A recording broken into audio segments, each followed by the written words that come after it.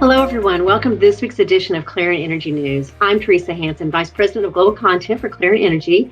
And like many of you, in order to stay healthy and keep others healthy, I'm beginning week 5 from working at home. Before I tell you about this week's news stories, I want to warn you that things are pretty loud at my house today. Due to a recent storm, we're getting a new roof, so please excuse any background noise.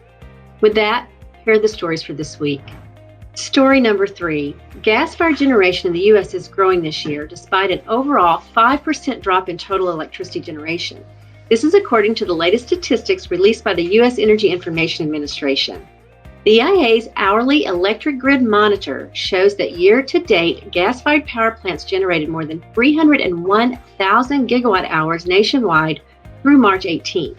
This is about a 12% increase from the same time last year. Natural gas prices have fallen below $2 a million BTU since the first of the year, which is one of the reasons for the rise in gas-fired generation. The EIA data also shows that coal has been hit hard, declining by an average of 965 gigawatt hours per day so far this year. That's it for me. Now I'll turn it over to Jen. Thanks, Teresa. Story number 2. So COVID-19 is shifting residential energy use in some interesting ways. Pecan Street has been monitoring energy use in its testbed neighborhood in Austin, Texas, for about a decade. And the group decided to do some analysis to see how home energy use has changed in this time when all the residents are home. So the group found that residential demand was up about 20% overall when it compared energy use in March 2020 compared to energy use in several other Marches. In addition, refrigerators are working overtime, Pecan Street said, adding that this is probably not just due to the fact that people are home and opening and closing their refrigerators, but also because people are cooking so much and putting warm leftovers into your refrigerator also makes it work overtime. Air conditioners, like fridges, are also working harder than normal. The group looked at kilowatt hours of HVAC demand per cooling degree days. And they found that even after accounting for weather swings, residents are using about 40% more electricity to cool their homes during this stay-home order than they normally would. Pecan Street said it's going to be posting updates as it continues to study residential energy use, and will be posting their updates on powergrid.com. And now for some happy news. Story number 1.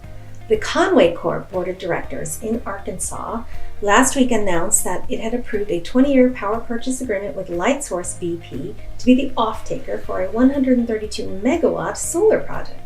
Lightsource is a 50-50 joint venture with BP. Yes, that BP, the oil major that is the 3rd largest in the world. So Lightsource BP will finance, build, own, and operate the facility, and that will deliver the solar energy to Conway Corp under that fixed power purchase agreement. The Conway Solar project is located on about 700 acres near Happy, Arkansas, approximately 55 miles northeast of Little Rock. So it'll supply that clean energy to Conway Corp's customers and the city of Conway and help it reduce its carbon footprint. In addition, the project will create about 250 jobs when it's being constructed. It's expected to go online at the end of 2022.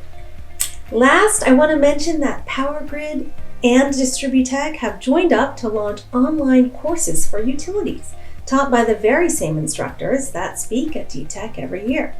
We have electrical distribution for non-engineers, and we have an intro course on the electricity distribution. We even have a couple courses that you can take for free to see if these are for you. That's all I have for today. Thank you for watching.